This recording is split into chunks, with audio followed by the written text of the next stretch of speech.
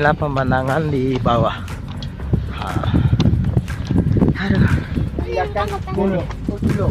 Culuk satu. Nah, yang menyamar saja culuk 3. Tanjakan culuk 1. Culuk 3. Culuk 3.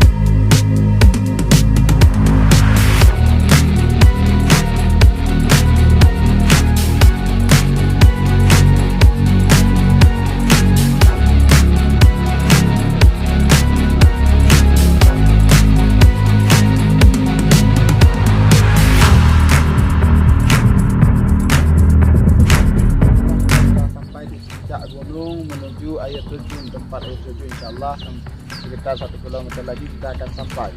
Doakan saja kawan-kawan sekalian, semoga kami cepat sampai selamat jalan dan pulang. Amin ya rabbal alamin.